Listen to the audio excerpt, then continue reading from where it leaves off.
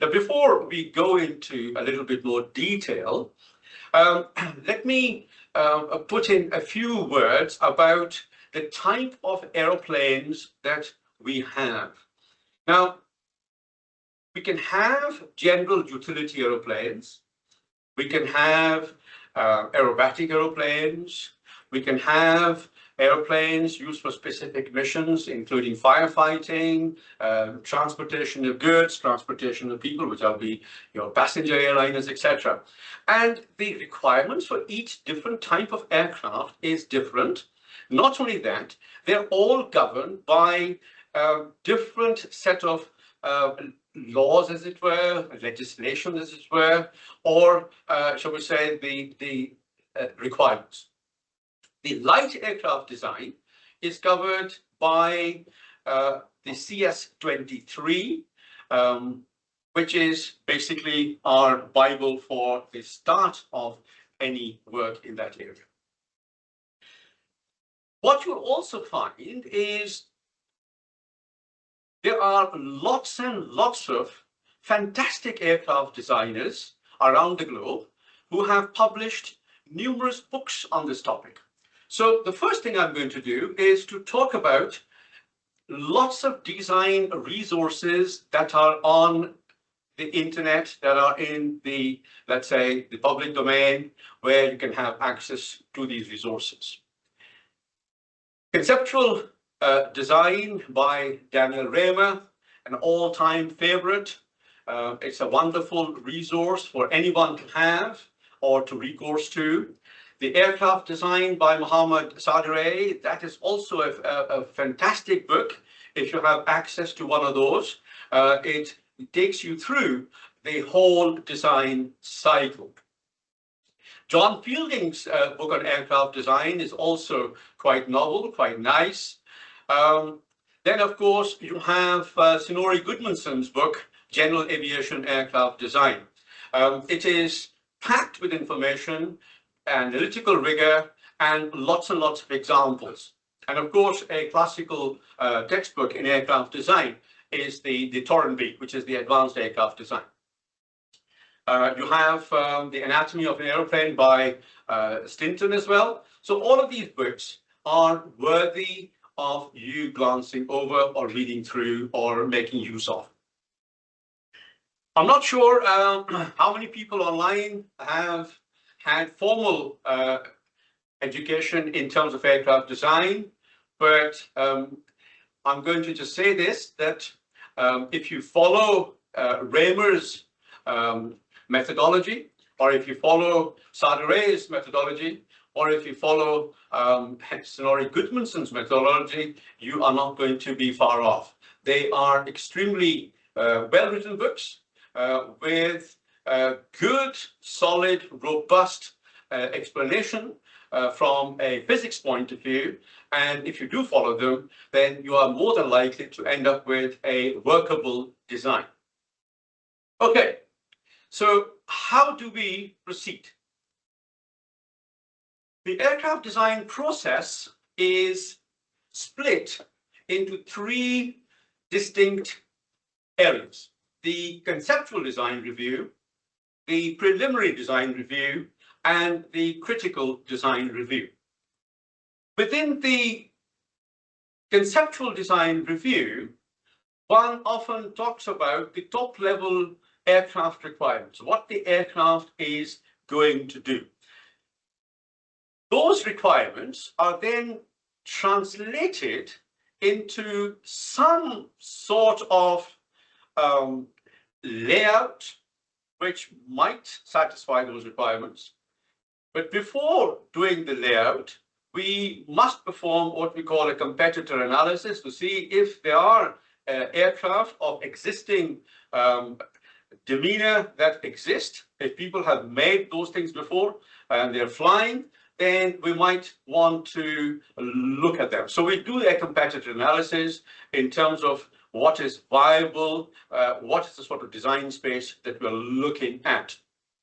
And during the conceptual phase, we often look at initial sizing of the aircraft. Now that's quite important. Now eventually, the purpose of the session today is to be able to use Explain to evaluate the aircraft performance. So we will be looking during the course of the lecture as to what are the design variables that are necessary for us to look at so that we can implement, we can embed them within the Explain environment, both in terms of structural layout, in terms of aerodynamic, and in terms of the propulsion elements of the design. The second phase of the process is the preliminary design review, where we are adding a lot more substance to the design.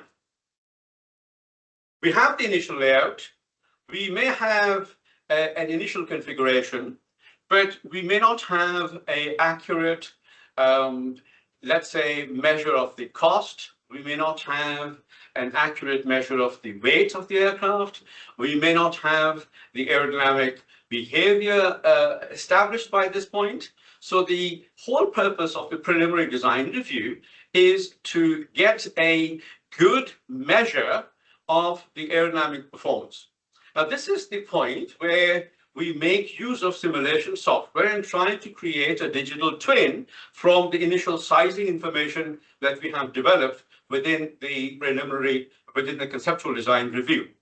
And as the preliminary design review progresses in terms of more accurate weight estimate, more accurate stability estimates, more accurate aerodynamic estimates, both in terms of lift and drag and thrust, etc., the simulation can be refined appropriately to give us better result. Now, in terms of my experience with Explain, Explain is a good environment to evaluate aircraft designs. However, there are always some limitations, and a good engineer always tries to understand his tools and what the limitations are. So we will talk about the limitations of the digital twinning environment, which is through Explain, a little bit later. As we progress the design, we need to add more and more detail, more and more fidelity before we can start to look at prototyping the design. So the critical design review then starts to look at more advanced work in terms of computational fluid dynamics, finite element analysis for the structural strength. We also start to do some computer-aided design in terms of the arrangements, in terms of the aircraft structure, etc. And of course, at that point in time, because we have sufficient detail available, we can do some detailed mass estimation and also the costing estimation as to what the aircraft is likely to cost. So the whole process is done in a stepwise fashion, progressing the design through each stages, adding more and more value to it.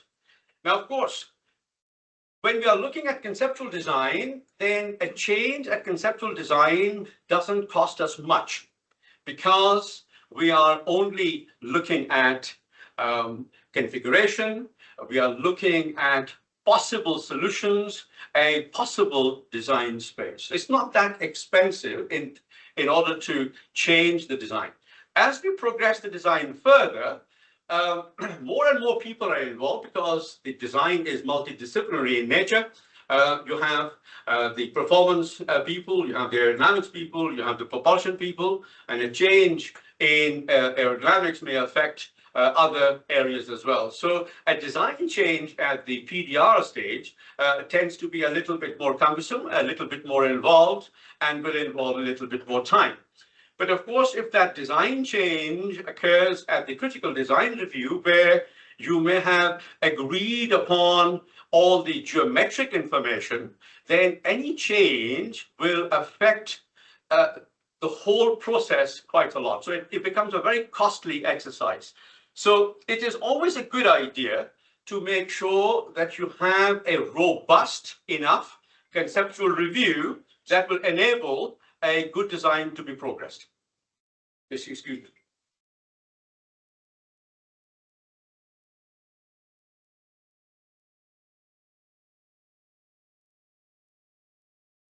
Apologies for that. Okay, so the design process is essentially the conceptual design, the preliminary design, and the critical design. And X-plane sits very nicely within the preliminary design review stage, where we try to create a digital twin that allows us to look at the implications of certain subtle design changes. Now, one of the things, hopefully, we'll be able to do tonight is when we look at an existing aircraft, we'll be able to go and change perhaps the size of the elevator or size of the aileron or the size of the fin or the size of the empennage and see what effect it has on the performance. Or maybe we give the aircraft a little bit more power than what it has and see the effect of increased thrust to weight ratio or power to weight ratio. So those are the sort of things we'll be able to establish, hopefully. If proof of concept needs to be made, where does it fit in the process? Sorry? That's what they asked. The proof of concept will be proven in the preliminary design stage, where you have enough information that enable you to satisfy some of the constraints that may have been put within the conceptual design review. We do that by a considered approach through either simulation or verification through numerical computation. The importance of weight cannot be denied. The most important design variable in aircraft design is weight. And you'll often hear me say that the second most important variable is weight. The third most important variable is weight. The fourth most important variable is weight. The 999th important variable is weight. In fact, there is only one variable by which we design aeroplanes, and that's weight. Now look at the equations there. Whether you look at dynamic stability, whether you look at static stability, whether you look at the climb velocity, vertical climb velocity, whether you can look at anything you like, what you'll find is there is either mass involved or weight involved. So weight's very important. The importance comes through the design itself. Let's say you wanted to lift X kilograms. Now there are four forces in flight. Thrust must be equal to the drag. Lift must be equal to the weight of the aircraft. So if you add more payload or weight, you need to produce more lift. So how do you produce lift? Well, lift is produced by a wing. The wing has an aerodynamic characteristic, which is characterized by the lift coefficient. It has area. And of course, the aircraft is flying through at a speed. So the lift equation in cruise, lift must be equal to the weight of the airplane. So that becomes half times the density times the square of the velocity times the area of the wing times the coefficient of lift. Now, if you increase the area of the wing because you want to carry more weight, you can't increase the area of the wing without incurring any weight penalty because the wing is made out of material. So you add more weight. When you add more weight, you need more area. You add more area, the weight goes up again. The weight also will change the shape of the wing. That might increase the drag of the wing because you have more area. So your skin friction is going to go up, your form drag is going to go up. So you now need more thrust. More thrust is not going to happen by magic. You'll have to have a bigger engine. Bigger engine means more mass. So this is a vicious circle, vicious cycle. So we have to have a very good understanding of what the weight of the aircraft is likely to be for the intended mission. If you don't control it, then you're not going to end up with a good aircraft design. So weight is the key element to control. The more accurately you're able to control the weight, the better off you are going to be in the long run.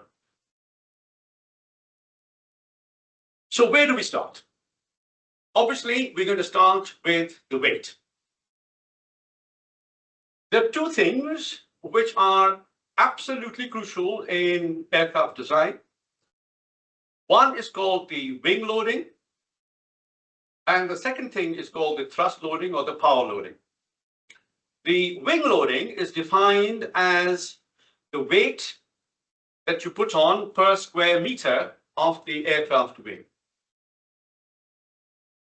Now this number, or this entity, Newton per square meter or kilogram per square meter, is quite an important one.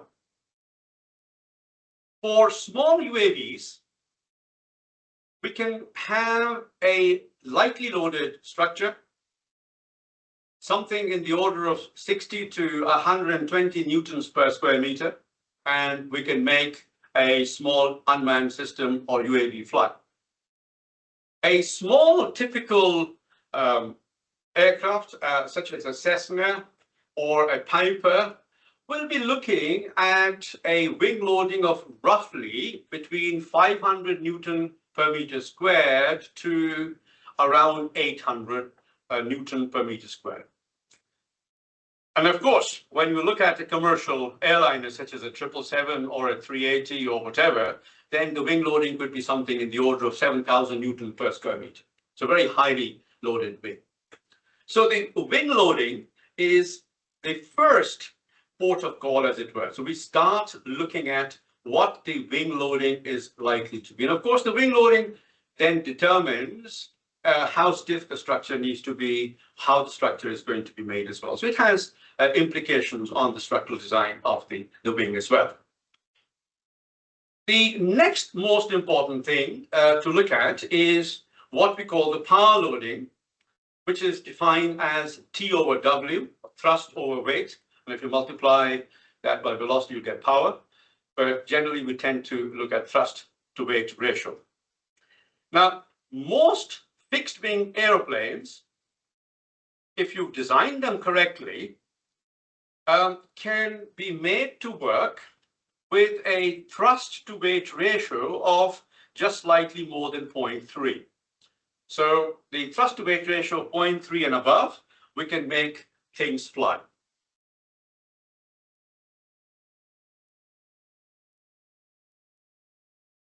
The importance of the wing loading and thrust loading also comes to fore when we start to look at various aspects of performance. So for example, to take off, if we have inadequate thrust, we will not be able to accelerate, or we may require an extremely long takeoff run before we can have enough air going over the wing to produce the lift that is more than the weight, i.e. to get the aircraft airborne. So the amount of thrust is quite important. Similarly, the importance of thrust in a turn is also crucial. So when we are banking or turning the aircraft and putting the aircraft through a certain load factor, we must have adequate amount of power available into turn, otherwise we do not maintain the height. If you want to climb at a certain rate, we need what we call excess thrust available or excess power available. So the thrust to weight ratio is very important there as well. Similarly, if we want to cruise at a certain speed, at a certain altitude, then we must have a certain amount of thrust available. Now, to satisfy all of these constraints, these are basically what they are, what we do is we evaluate for a range of wing loading the the thrust loading required. We plot them on a chart and select for a chosen wing loading the appropriate thrust loading that allows us to size the engine for the aircraft, which will then satisfy either the constant velocity turn constraint or the cruise constraint or the takeoff constraint or the rate of climb constraint, etc.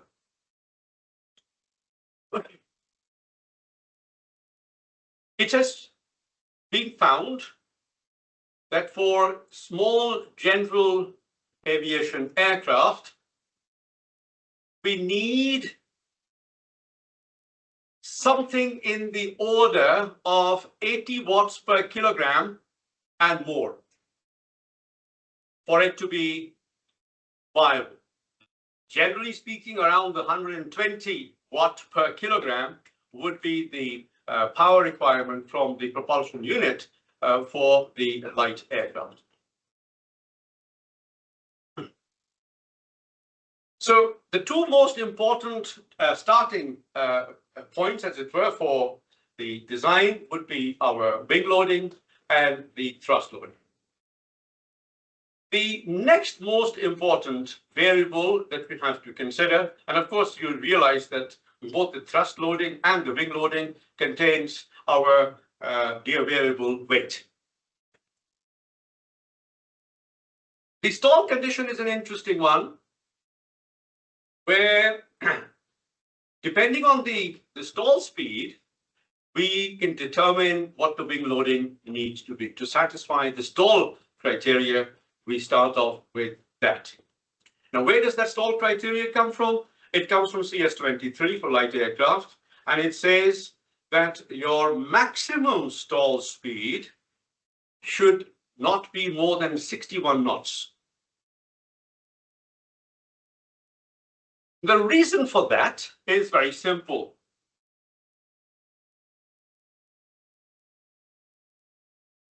The speed at which we rotate during takeoff is generally 1.2 times the stall speed. And the approach speed is generally 1.3 times the stall speed. Now, during a approach, if your approach speed is too high,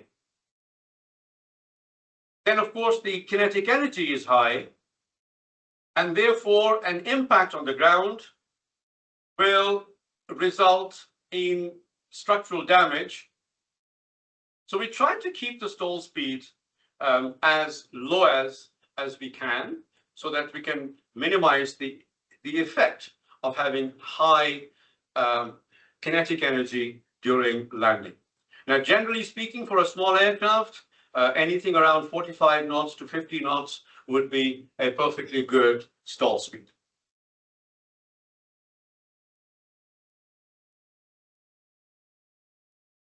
So that leads us on to what we call competitor analysis.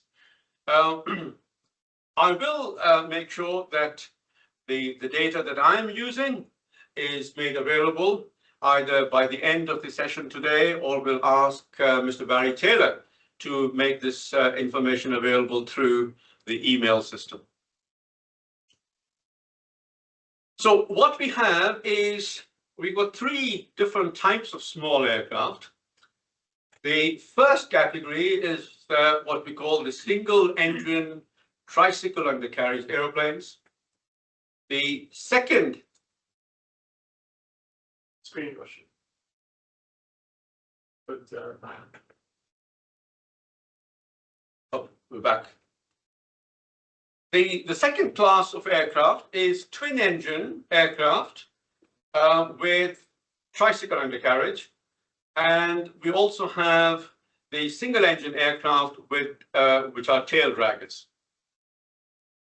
So in order to start the design process, we plot for the aircraft that we know have flown, are either in service or we know that they work. We plot their maximum takeoff weight versus the wing area. And what we'll see is a scatter plot that kind of suggests that the wing loading has a linearish slope. Again, the aircraft design is not possible within one iteration, so it's an iterative process, but we need to start off with a sensible value to start off with. And if you start off with a sensible value, then the number of iterations required to refine it would be less. Whereas if you start off with a wild guess, then to iterate to a decent value might take you multiple design iterations. So we're trying to minimize the design effort by starting off with a good, decent value for the wing loading. So it transpires that it is reasonably linear, and we have to choose a value for our design purposes. So for example, the Cessna 172 SP has a wing loading of around 500 Newton per square meter, or 50 kilogram per square meter. So that will be your first design choice. The second thing that we need is, if you know the maximum takeoff weight that we're designing for, W/S is what we have just determined. We can compute the wing area. So the maximum takeoff weight coupled with the wing loading allows us to compute the wing area. We also have to decide on what we need for our stall speed and the maximum cruise speed. The stalling behavior, because we know the wing loading, we know the stall speed through the lift equation, where in cruise, lift is equal to the weight, or we can go back to that equation there, the stall condition. We can determine the CL max corresponding to the desired stall speed.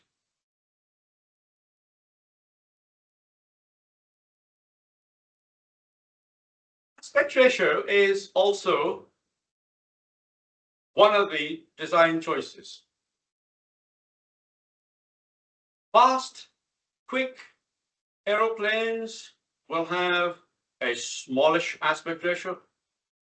Slow, aerodynamically efficient gliders with very high aerodynamic efficiency, i.e. the lift to drag ratio, they will have a high aspect ratio. And general utility aircraft can have an aspect ratio anything between 6 and above, less than 10-ish. So there's a range of values for aspect ratio that you can have.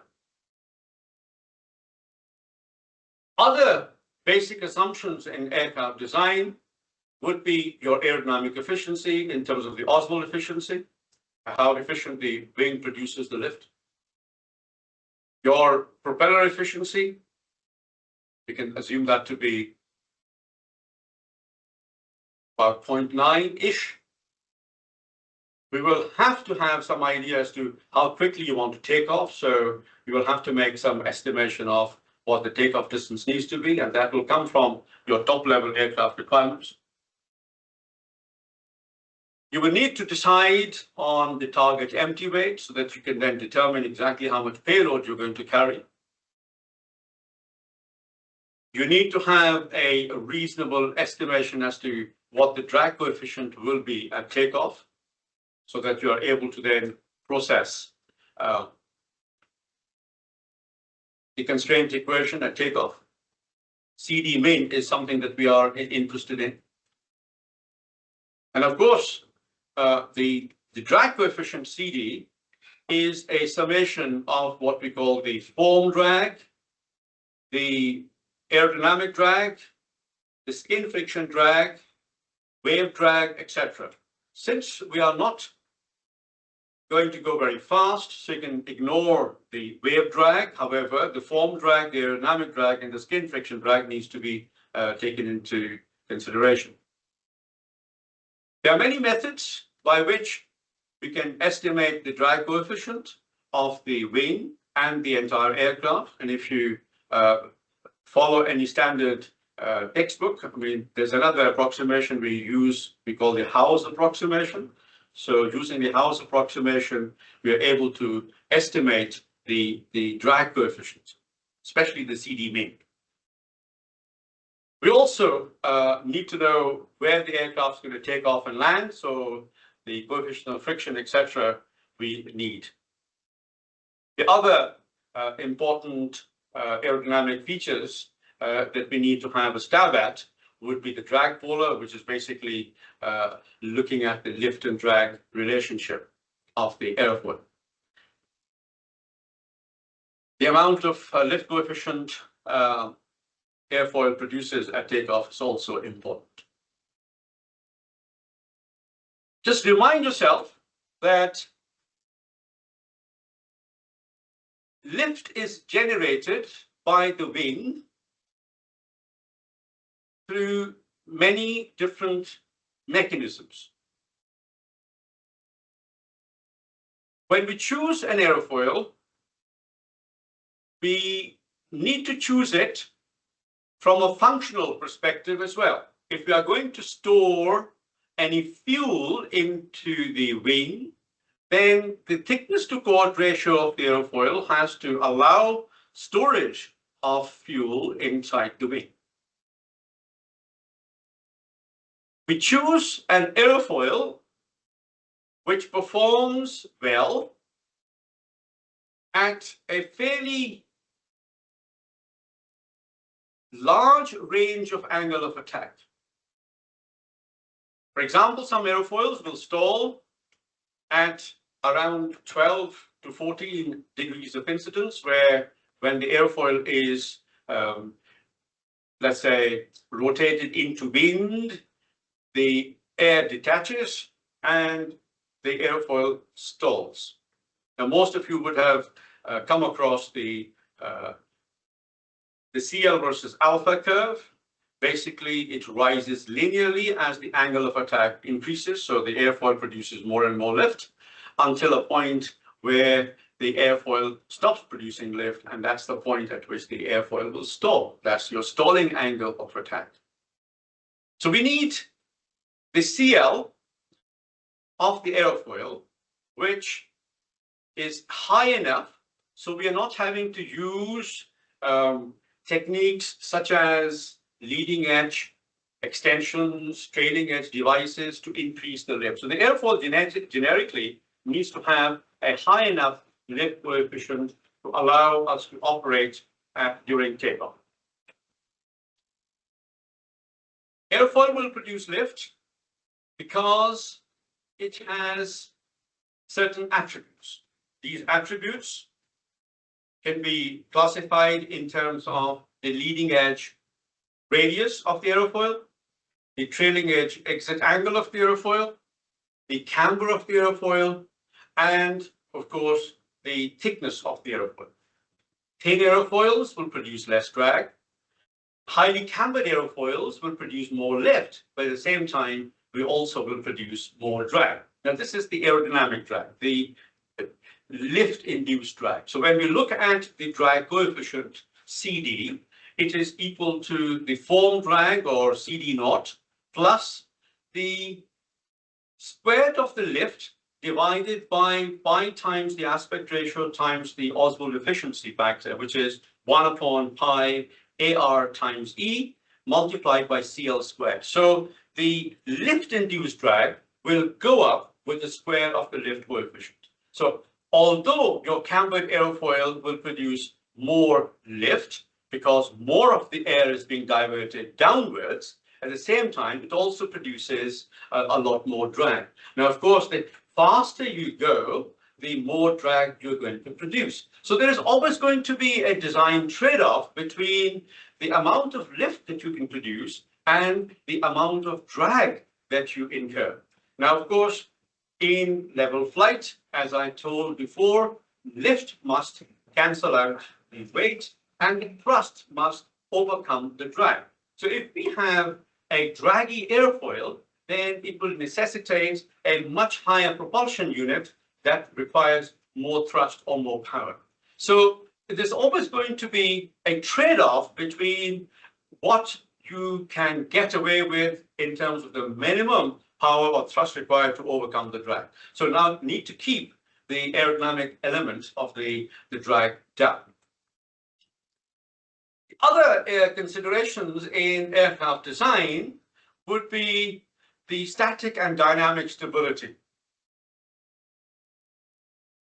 What we ideally want, not to say that we can often get it, ideally what we need is a static stability or stability margin or CG margin of around 13%, which means that the CG can shift rearwards by 13% of the mean aerodynamic chord, and the aircraft will then be rendered neutrally stable.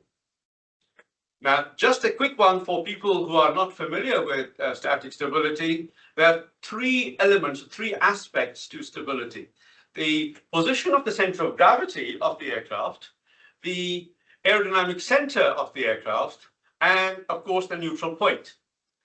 Ideally speaking, we need the center of gravity to be ahead of the center of pressure. The center of pressure is generally the quarter chord of the wing. And then behind the center of pressure is the neutral point. So the CG margin is the amount of the CG that can move towards the neutral point. And when the CG is coincident with the neutral point, we will say that the aircraft is neutrally stable. When the CG goes behind the neutral point, the aircraft will be statically unstable. And if the center of gravity is ahead of the neutral point, we will say the aircraft is statically stable. Now, the definition of static stability is the initial response of the aircraft to restore itself following an upset, following a disturbance, especially in the longitudinal axis. So whenever we talk about stability, we also talk about the longitudinal stability as well as the lateral stability. Once the aircraft exhibits a movement, a restoring moment, then in time the motion develops, and the motion can be characterized in one of many ways.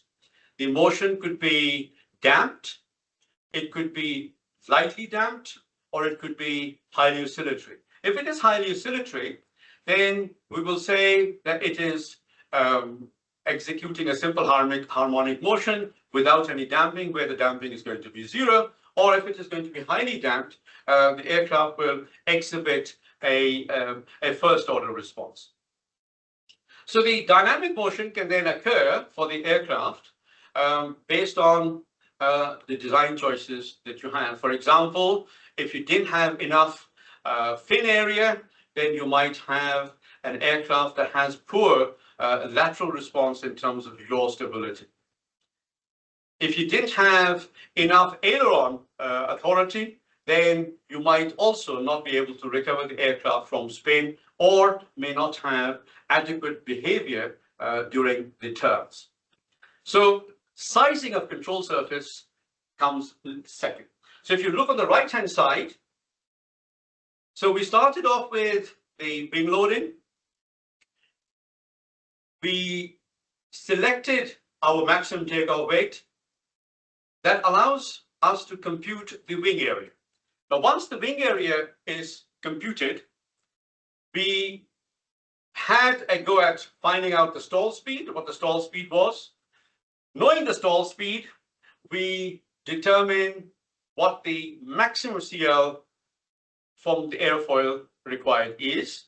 That allows us to then go and look at the airfoils. The airfoils we look at based on how much drag we need to have. So airfoil selection is then dependent upon whether you want a thin airfoil, thick airfoil, you want to carry how much fuel in there, what volume do you need to create to store what amount of fuel, etc. So all of that. Then comes the actual geometry that is then necessary. Things like whether we're going to sweep the wing backwards, whether we're going to sweep the wing forward, whether we're going to have a planform wing, whether we're going to have a tapered wing, whether we're going to have an elliptical wing, etc. And those are generally dictated by how simple you want the aircraft to look. For example, you may want to twist the wing a little towards the outer edge so that the root stalls before the tip, so the tip undergoes stall later, so that you still have aileron effectiveness, etc. You may want to taper the wing so that you have a better lift distribution. For example, we know that the airfoil is not going to, or the wing is not going to produce much lift where it is attached to the fuselage, so because of the fuselage wing interaction. And of course, also, it is not going to produce a lot of lift at the wingtip. So therefore, having a lot of area, mechanical mass at the wingtip doesn't make sense. So we will taper the wing. So the taper ratio is important. So once we have the taper ratio, we can then determine what the root chord and the tip chord will be. And these are the variables that we are going to be using within the X-plane environment.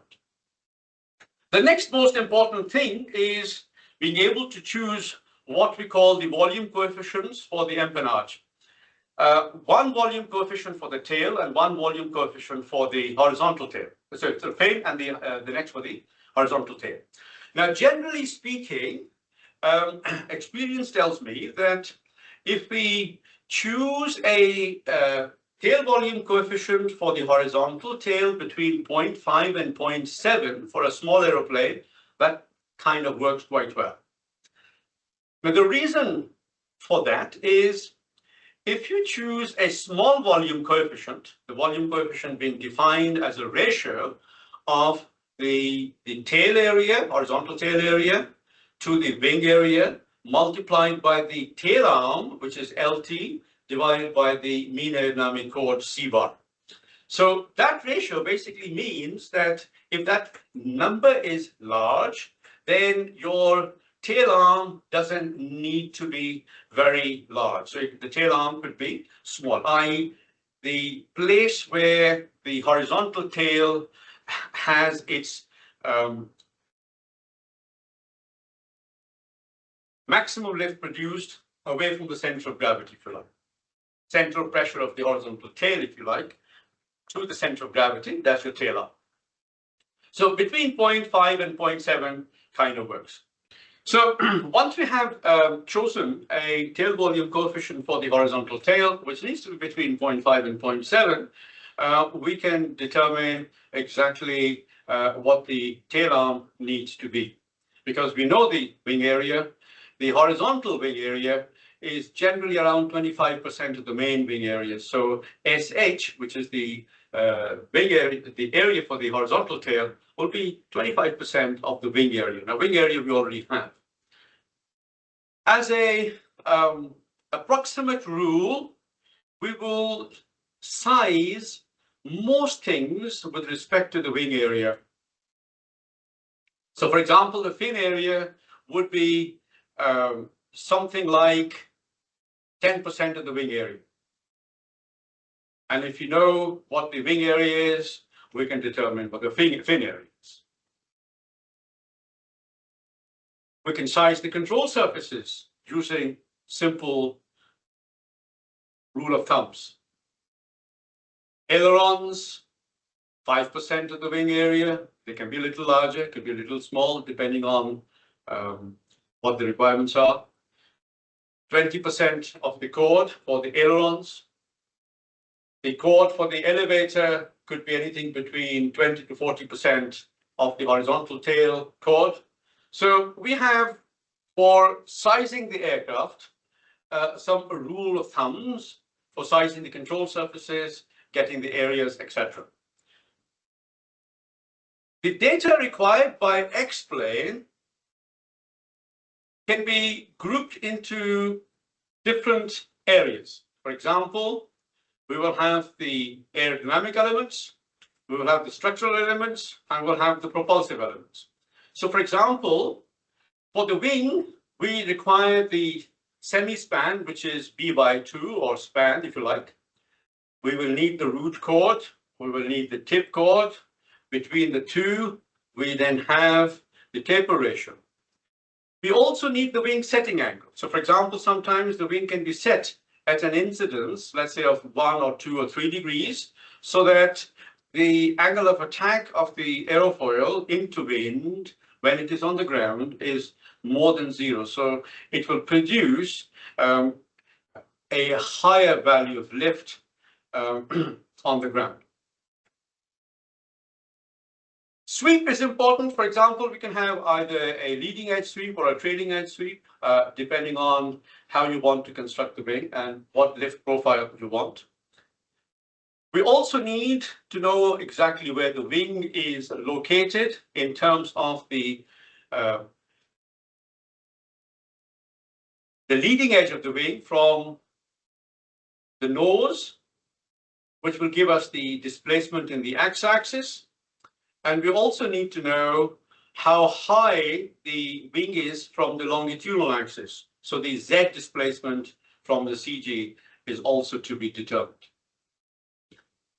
We need your airfoil section, and this in itself is quite a cumbersome activity as far as the X-plane is concerned. I'm not going to cheese you off yet.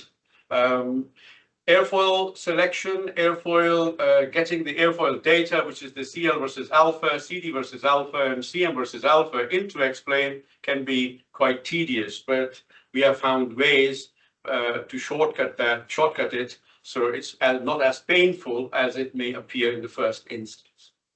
The data that we require for X-plane, the aerodynamic data, goes from minus 180 degrees to 180 degrees. Of course, we can fly the aircraft upside down, right way up, left to right, etc. So we need the angle of attack for the wing at different incidences. Now, generally speaking, we're going to fly the aircraft between minus 20 and plus 20. So that's where most of our flight is going to be. But of course, when it starts to spin and if it starts to do other things, then we do need the CL, CM, CD data for all potential angles of attack. We need to know where the CG is. So we need to define the maximum takeoff weight. We need to define the location of the CG and how much the CG can move. So the movement, the aft and forward movement of the CG is something that we need to determine as well. And that comes from your static stability considerations. In terms of the engine, we have to know what the power available is for the engine. We need to determine what the maximum RPM for the engine is, especially if it is a propeller-driven aircraft. Number of engines, where the engines are located, whether it's a tractor, whether it's a pusher, whether there's one engine, two engines, etc. And of course, the airfoil geometry for the propeller itself. Whatever we had for the main wing, we will need to consider the similar things for the empennage and for the vertical fin in terms of the areas, in terms of the chords, in terms of the aspect ratio, and in terms of the airfoil choice. Now, whilst for the main wing, we will need an airfoil that actually produces lift at perhaps 0 angle of attack, the empennage would be chosen to be a symmetrical airfoil. So at 0 alpha, it will not produce any lift. So the tail setting angle then becomes important. So if you want to produce additional downforce, you may want to set the tail at a minus 1 or 2 or 3 degree incidence, which is a symmetrical airfoil. Similarly, if you want to offset the torque reaction, the gyroscopic reaction from the engine, you may want to set the tail, the fin, at a slight incidence to create a side force to overcome the torque reaction. The fuselage geometry is in terms of the fuselage length, the shape of the fuselage, considering that we need to produce a fuselage with a forward body and an aft body to reduce the drag, and we need to create a least amount of frontal area so that we can keep the drag down. So the fuselage geometry is important as well. The undercarriage, as to where it is located, what it consists of, whether it's a conventional tricycle or a tail dragger. In addition to all of that, we will also need to determine various speeds.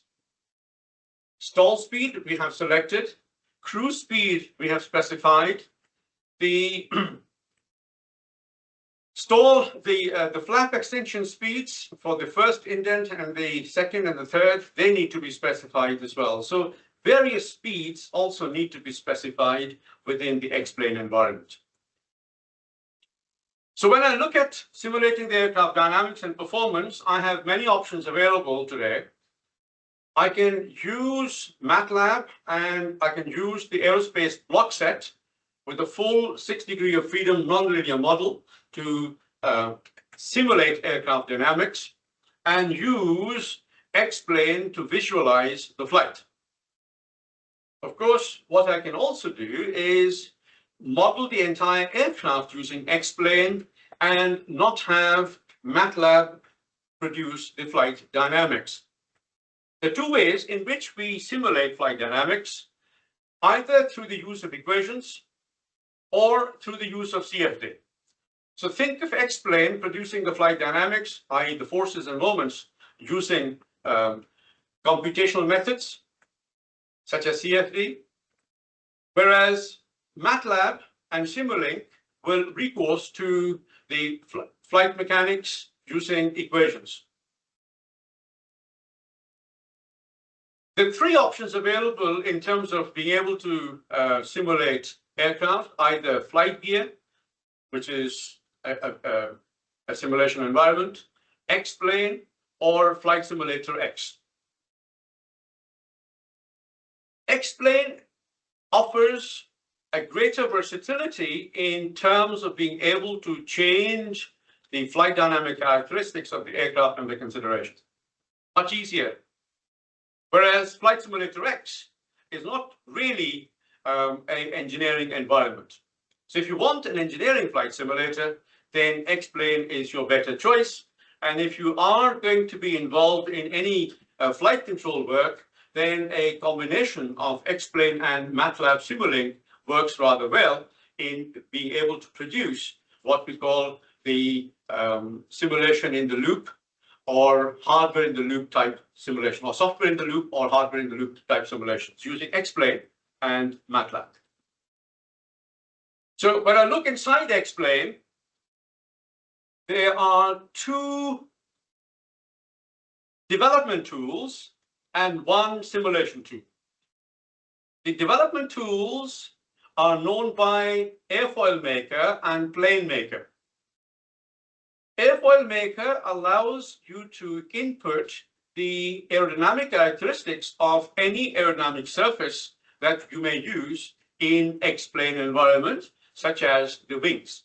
Whether they are symmetrical or non-symmetrical airfoils, both airfoils can be imported using airfoil maker. There are a few things that become important from the simulation point of view. The first is what we call the RAeS number. And if you look at airfoil tools database, airfoil will exhibit different behavior at different RAeS numbers, i.e. speeds.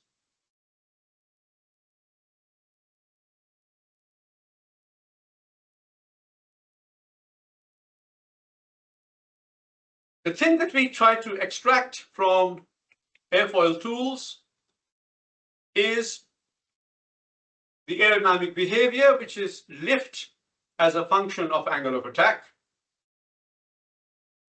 the drag coefficient as a function of angle of attack, and the pitching moment coefficient as a function of angle of attack.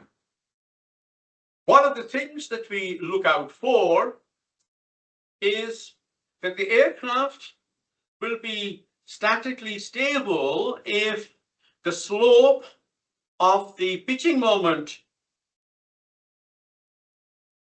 graph with respect to the lift coefficient, i.e. the derivative partial Cm over partial Cd, if that has a negative slope, then the airfoil will possess stabilizing behavior. In order to complete the aerodynamic description within X-plane, we also need the drag divergence Mach number, the Mach number at which the drag of the aerofoil increases rapidly. So armed with that information, we are able to create the aerodynamic behavior of elements within the X-plane, whether they are empennage elements, fin elements, wing elements, etc. Plane Maker is a tool that allows us to create the geometry of the aircraft. It allows us to create, using wireframe, the fuselage. It allows us to create the wings, ancillary objects such as landing gears, nacelles, fairings, propellers, you name it. All these objects can be created reasonably easily within Plane Maker. Plane Maker also allows us to create the cockpit environment, allows us to set viewpoints, etc. And Plane Maker allows us to create a 2D instrument panel and then eventually offer a 3D rendition to skin the aircraft so that the aircraft looks quite nice.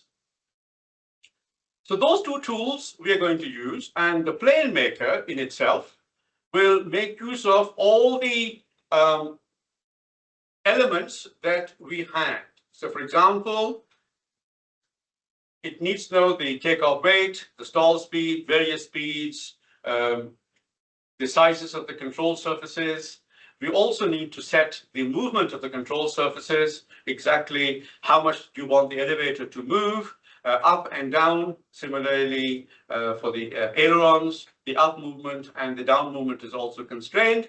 So all of those things will be possible within the environment. So how does Plane Maker then simulate the aircraft? It basically splits the entire aircraft into small panels and uses a theory called the blade element theory, and it then evaluates the lift and drag for each element and then sums it up to produce the overall force and also then the accompanying moment, depending on where the force is being generated. There are limitations when we use X-plane. For example, it does not consider span-wise flows. So there is a little restriction in that respect. It does not allow us to create the inertias. However, we can recourse to the radii of gyration in the X, Y, and Z axes to indicate how the mass is distributed.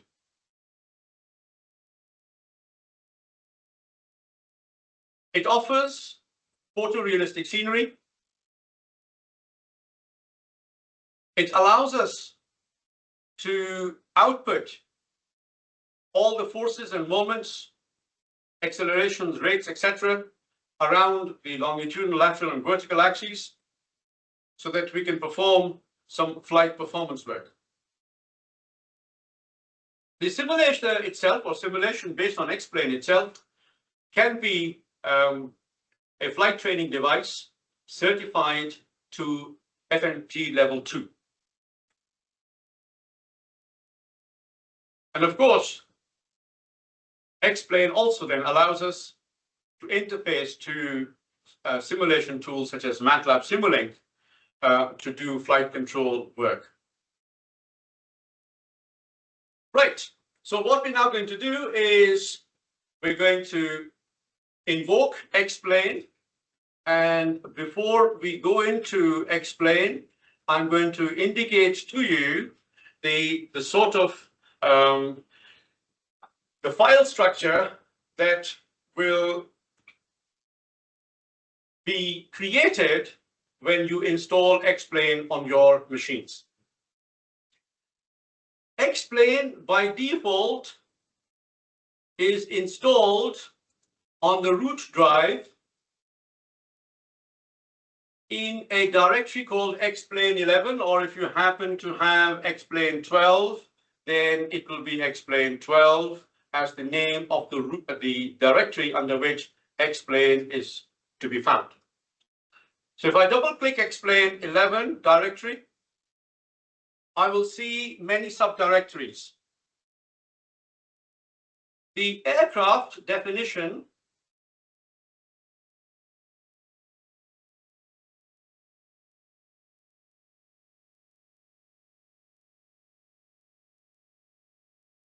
on again. I can still see your screen. Can you? I just need to. Oh, okay. To get some. Back. So the aircraft definitions are contained within the directory called aircraft. So if I double click that, you will find that there are two subfolders. One from laminar research. So when we get explained, there's lots of aeroplanes bundled in with it, such as a Baron B-58, a 737, a 747, and of course a small light aircraft 172 SB, plus a twin engine aircraft King Air, and of course the Cirrus as well. Of course there's one or two other aeroplanes as well. The aerofoils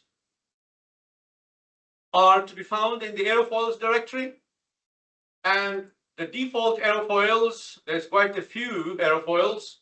The commonly used aerofoils, the symmetrical ones, the NACA 0006 to 0012, symmetrical aerofoils. There are some flat plates, and there are some commonly used aerofoils such as the Clark Y and the NACA 2410, 2412, etc. So those aerofoils exist, and they define the aerodynamic behavior. Incidentally, all these aerofoil files are text files. So if I open any file using a standard text editor,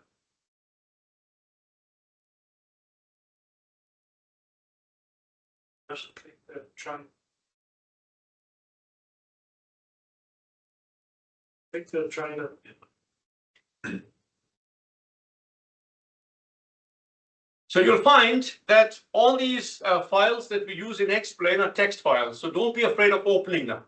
Okay, they are literally text files, and the aerodynamic data for the NACA 23010, which is a 5 series NACA airfoil, tells me that there is one Reynolds number. The Reynolds number is 3 million. That's the second number. And then I have the alpha going from -180, CL, CD, and CM as 4 columns. So when you look at the data file, it's just basically a text file with loads and loads and loads of numbers. So don't be afraid of opening any text file.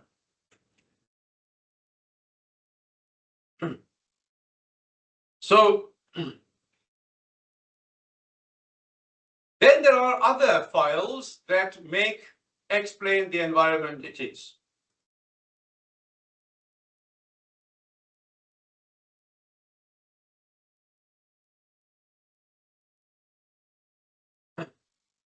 Custom scenery and global scenery. Global scenery is the directory where the files are for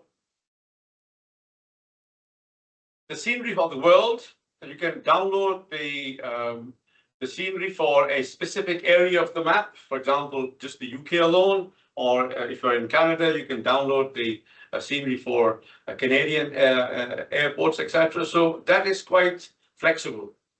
The full global scenery is many, many gigabytes.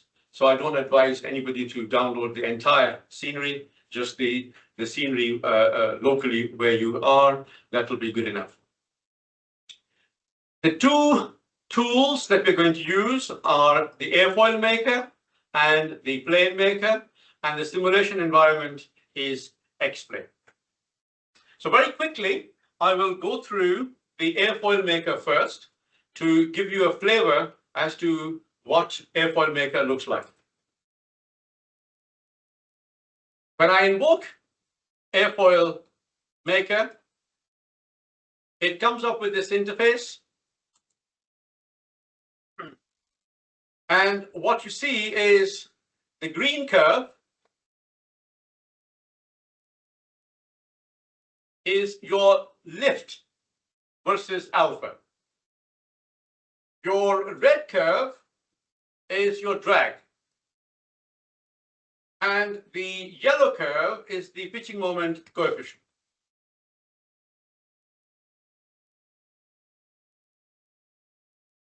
This area here is where the airfoil stalls. So that's your stalling angle of attack.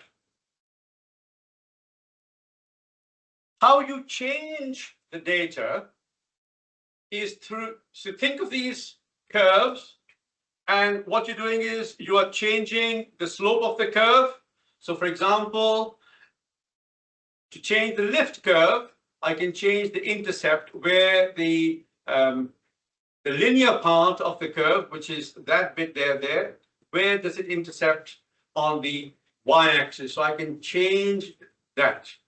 So by changing that, I'm changing the intercept on the y-axis. So by changing these numbers, I can change the shape of the curves. Now it's a little bit tedious, and it does take a long time to get the curve that you want, especially in terms of an airfoil that may not exist in the standard package. So if you guys are interested, I have developed a tool that allows us to take the CM/CD/CL data generated using CFD and create the .afl file that is used by X-Plane. So I'm not going to say much, maybe very quickly show you how that interface looks like. So if anybody's interested, just send me an email or send Barry an email, and we can send this file off to you. This is a utility that I developed, which allows us to look at any airfoil that exists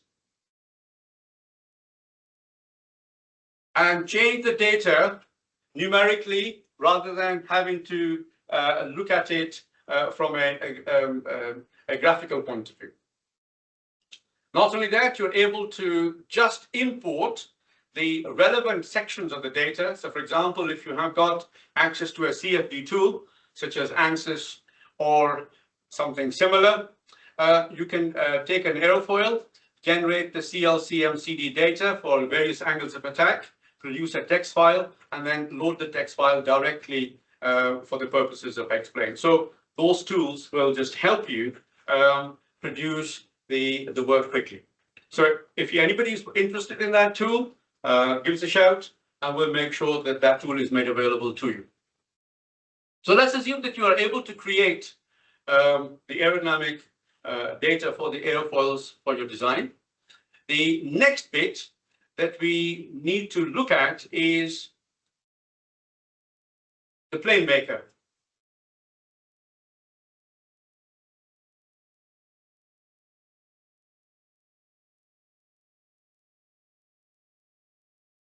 The plane maker comes up with a blank interface, allows you to then create the aircraft design of your choice.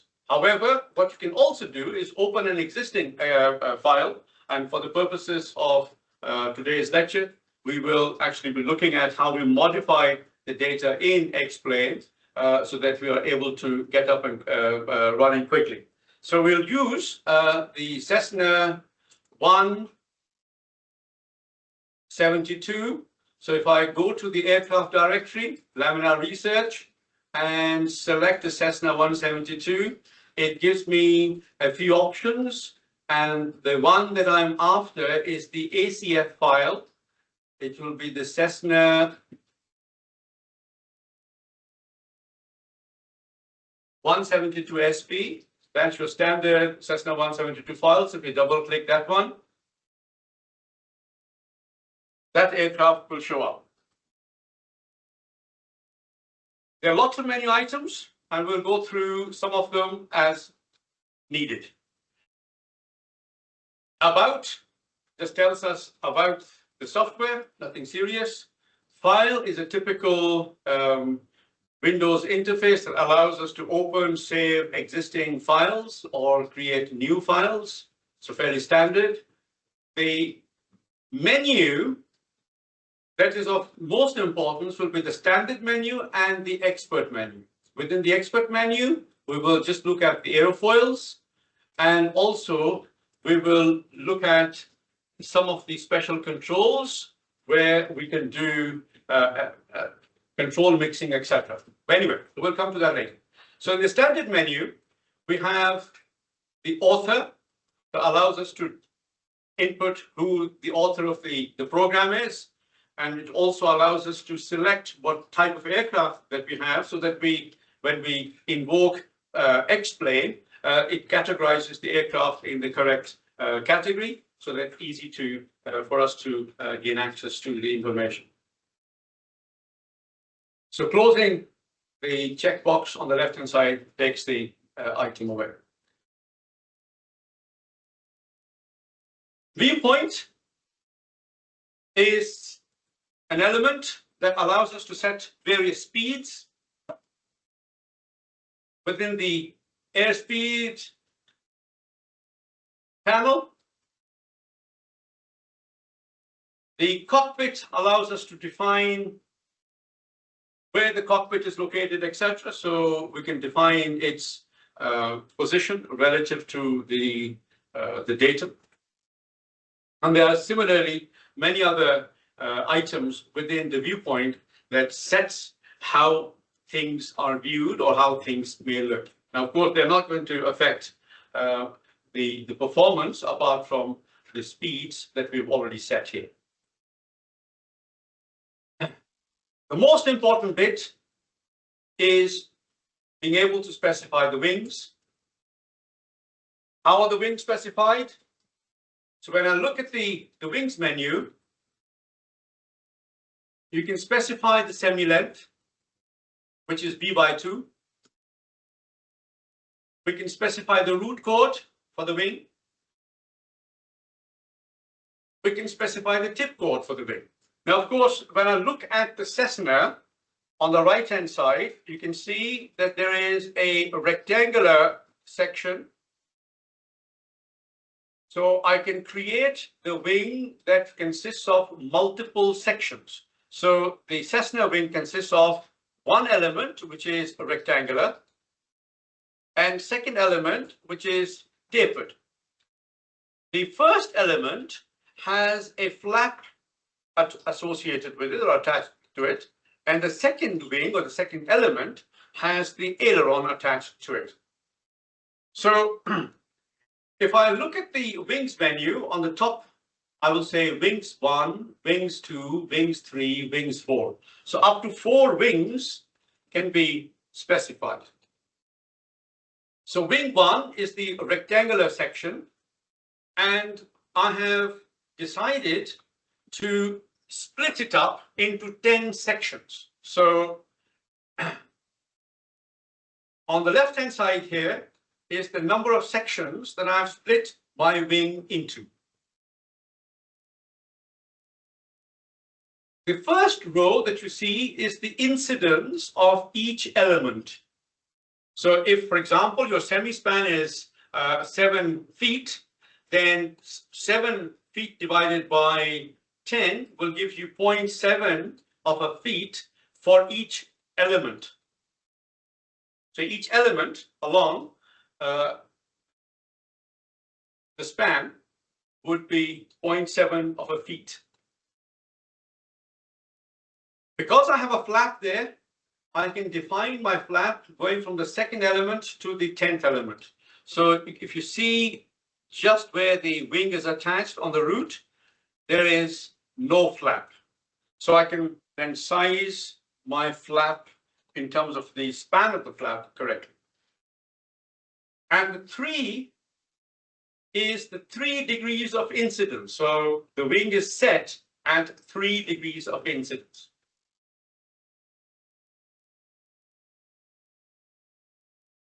The second element, there is a sweep and there is a dihedral. So that element of the wing has a dihedral of 1 degree. There's no sweep because it is a rectangular. In terms of where the wing is positioned, we need the longitudinal arm, which is the distance from the datum along the x-axis or the longitudinal axis. The lateral arm, where the big element is located relative to the longitudinal axis away from it in the y-axis. And finally, the vertical displacement of the wing from the center of gravity. The second section of the wing has a washout built into it. So where the tapered element meets the rectangular element, we have a 3 degree incidence, but as we go out towards the tip, the incidence decreases. So what then happens is you produce a washout where the wing is twisted downwards towards the tip. So as the incidence of the aircraft increases, alpha,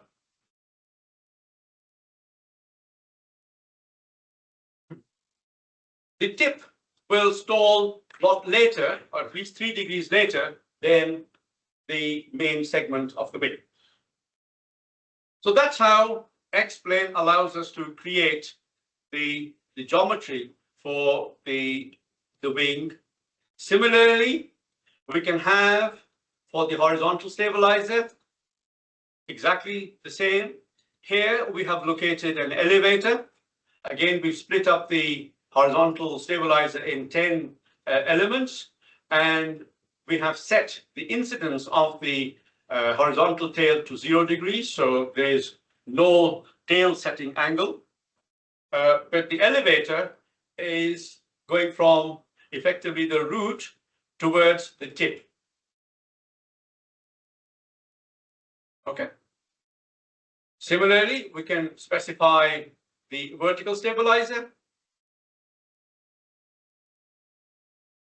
in terms of the geometric data that we have, in terms of the semi-length, root chord, tip chord, sweep, dihedral, etc. So all aerodynamic surfaces are treated exactly the same way.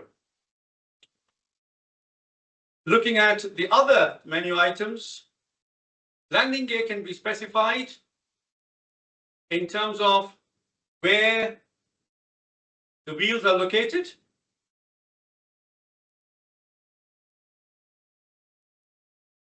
in terms of the longitudinal, lateral, and vertical arms, and other data that allows us to look at how much the wheels are going to canter, how much they're going to move, whether they have any fairings, etc. So all of that information can be dealt with within the landing gear information. If you have retraction, then the gear data allows gear retraction and nose wheel steering information. How much can the nose wheel move, whether the gear can retract, etc. So if you're looking to produce a retractable undercarriage, then this menu item allows us to specify all of that.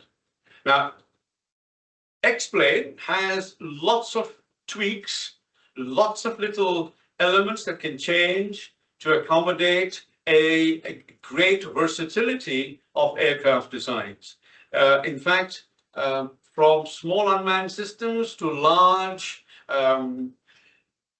multi-aisle aeroplanes can be designed and flown in the X-plane environment. So there are lots of little things which may or may not apply to a small aircraft, but will apply to larger aircraft. But we try to keep the initial design as simple as possible so that we are up and running quickly before adding complexity. A lot of complexity can be added within the simulation environment as we progress through, as we become a little bit more advanced. Now, in terms of the fuselage is produced very simply using cross sections along the fuselage. And if you imagine the fuselage to be symmetrical around the longitudinal axis, then we are just defining half the shape of the fuselage, which is then mirrored on the other side throughout the length of the fuselage in terms of cross section. So you basically produce cross sections using the drawing tool that we have within PlaneMaker. So for example, we can represent each cross section with a number of nodes, and each node can be dragged with the mouse to reflect the shape that we want to create on the cross section. So once I make those changes, I can look at the wireframe. So you see what I did with the nose. I changed the shape, but I can always bring it back to where it needs to be. So that's your side view, that's your top view, and that's your bottom view. So anything that you need to do in terms of the change can be then changed easily using these nodes, which allow us to define the cross section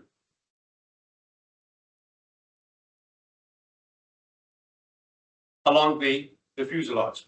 So here we have split it up into a certain amount of cross sections, which are then defined using those nodes. The other way to import the geometry is if you have a CAD file, then we can overlay the CAD file and then do exactly the same thing here by creating the wireframe to represent the design of the CAD. In terms of other objects, there are lots of other options available in X-plane to define the shape. Now, when you look at this the Cessna, it has wheel spats, it has nice skin, it has antennas, etc. So all of those, there are lots of other options available in X-plane to define the shape. Now, when you look at this the Cessna, it has wheel spats, it has nice skin, it has antennas, etc. So all of those things can be rendered in X-plane to define the closeness or the likeness to the aircraft that you're trying to design. In the expert menu, what we find is the ability to define the airfoil, the aerodynamic behavior. And to do that, you basically have the ability to define the aerofoil and associate it with any surface. So if you have the wings, you can define the airfoil and attach it to the wing. If you have a symmetrical airfoil, you can attach it to the empennage or to the vertical fin, etc. So the section here, which is the expert section, allows us to define and attach the airfoils to aerodynamic surfaces. In terms of special controls, this is where if you have, for example, a V-tail, then you will naturally mix the rudder and elevator. So for example, when you want to pitch the aircraft up, then obviously because you have a V-tail, then there will be a component along the yaw axis, and there will also be a component along the pitch axis. So we can mix the amount of yaw and amount of pitch that can be produced by a V-tail or the elevators or ruddervators on the V-tail, so etc. So with the special controls, we are able to do fairly advanced control mixing, whether it is flaperons, whether it is elevons, or whether it is ruddervators, etc. So all of that control mixing can take place if you have a slightly unconventional design. There are lots of other menu items. I don't think we'll have time to go through all of that, but the best resource available online is by Laminar Research themselves. The guy who developed Explain has quite a few videos available on YouTube, which will take you through the airfoil tools, airfoil maker and plane maker. So without further ado, let's see what Explain, the simulation environment, can do for us in terms of evaluating aircraft performance. Rashid, before you go there, there's a question. Sure. Adam has asked, what CFD code do you find useful for creating airfoil data? Which tool set you might use and why? Okay. Right. We have OpenForm. We have ANSYS Fluent. We have Star CCM. It all depends on what you have access to. In terms of the basic CFD, if you're looking to create a basic two-dimensional 2D simulation, then OpenForm will give you as good a result as any, cheaply, in fact, for free. If you're looking at advanced CFD, if you're looking at aeroacoustics or looking at something more exotic in terms of boundary layer control, etc., then you have to use something appropriate, in which case Star CCM or ANSYS Fluent would be something that I would recommend. But for basic CFD, OpenForm will give you as good a result as any if you're only looking at a basic airfoil. Hopefully that'll answer that question. Now, Explain is downloadable free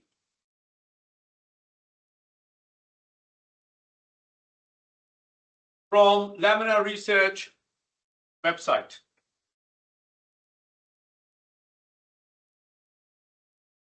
It will allow you to run Explain for 10 minutes at a time. Now, what I find is that if you have defined your model through Airfoil Maker and Plane Maker, those two applications are not time limited. You can use them as much as you like for as long as you like. And once you have created the aircraft, which will be the .acf file in the aircraft directory, then Explain 11 will allow you to simulate that aircraft for 10 minutes at a time without having to buy a licensed copy. If you want to run Explain without any disruption, then I suggest that you buy a copy of Explain. It is not very expensive, and that will then allow you to run Explain forever. But for majority of the work I find, especially flight testing, evaluating aircraft performance, I have never found the 10-minute to be a limitation. In fact, I can do majority of my flight testing in that time quite happily. whether it is static stability or whether it is dynamic stability. So it's just a case of getting familiar and used to the environment and using it a little bit more efficiently. However, if you do need more time, then you have to buy the license copy. I'm not sure how expensive it is, but it is certainly in 2 figures, not even in 3 figures. So invoke new flight, and once you've done that, you can pick up any aircraft that you want to simulate. So let's go for the standard, which is the Cessna Skyhawk. And we will start with the aircraft with the engine running. We can select from the right-hand panel any airfield that we wish to take off from.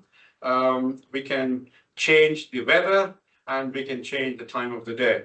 If you want, X-Plane allows you to fetch the data in real time from the Met Office forecasts and will then set X-Plane environment according to how the weather looks outside your window.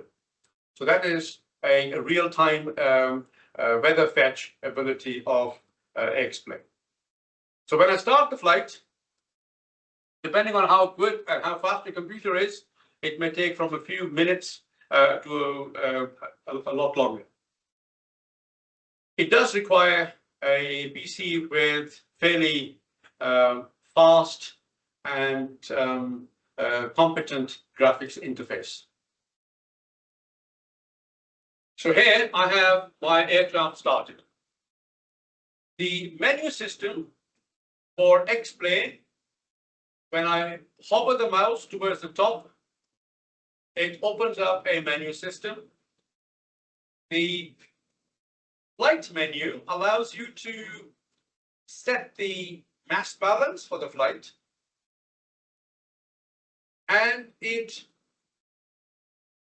sets the flight configuration, such as the weather, time of the day, etc. The view menu allows us to view the environment. For example, we can change the external view to a runway view. So that is what we're going to see. So you are seeing the aircraft from behind.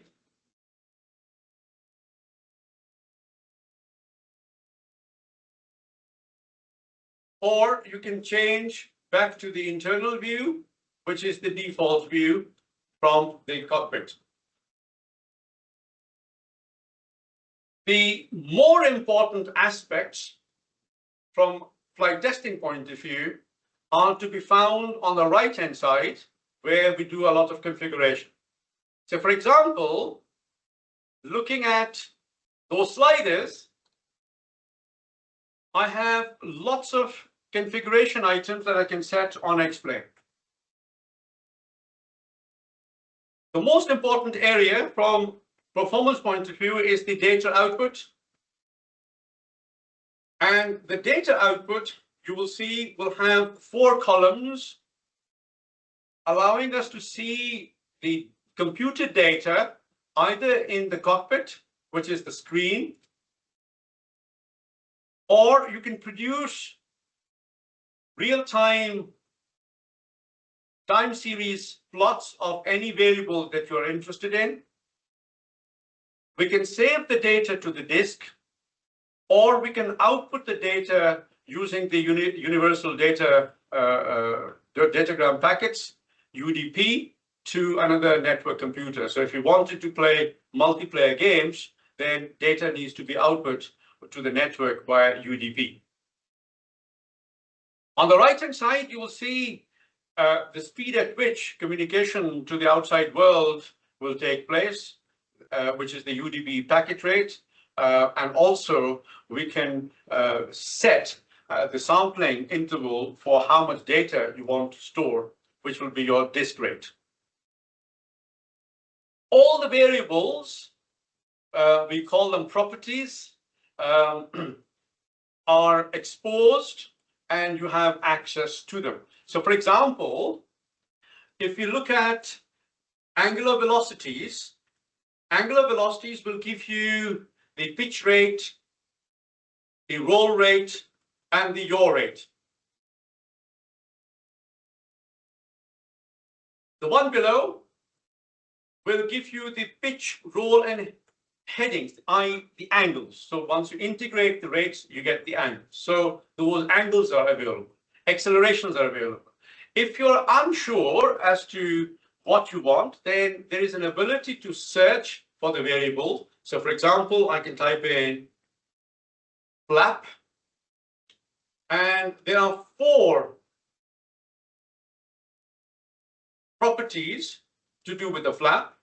We can look at the flap states. We can look at the trim.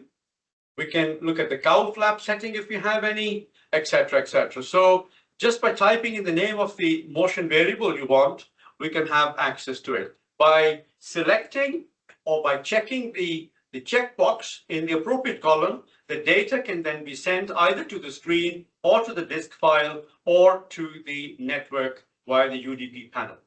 And once we have the data recorded in the data file, it is very easy for us to then import that into Excel as a comma-separated variable file or a delimited file in some form for where we can then start to do the analysis and plotting, etc. So before we go into the explain, let me just show you what the data file might look like typically. So when I click on the data file, it basically consists of ASCII numbers with a header for each column.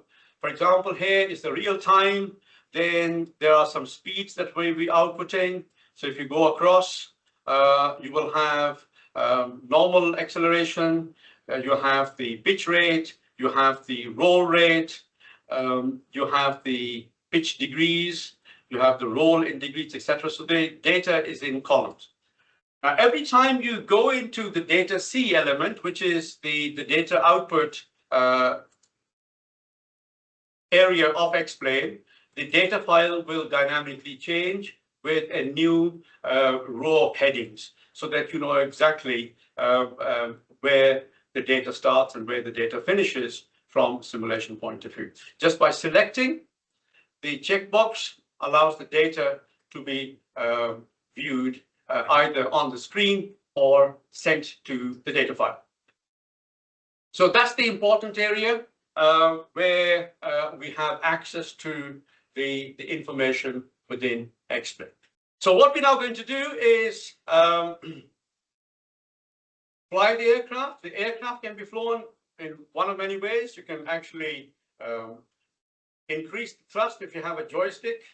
You can increase the thrust, release the brake, and pitch the aircraft up and fly. I'm not going to spend too much time there, but it's just a case of if you have access to a joystick, then you're able to control the simulation from the joystick and apply the inputs into pitch, roll, and yaw axes, and of course able to change the thrust by moving the throttle lever and fly the aircraft. Once the aircraft has been flown, then we can start to evaluate its performance based on whatever metrics that you wish to evaluate, whether they are static stability, whether it is dynamic stability, whether it's the climbing performance, cruise performance, whether it is directionally stable, what kind of stability it produces, etc. So all of that will come in session 3, where we will look at the aspects of static stability, we will look at aspects of dynamic stability, and we will also look at how we perform a flight testing using Explain environment.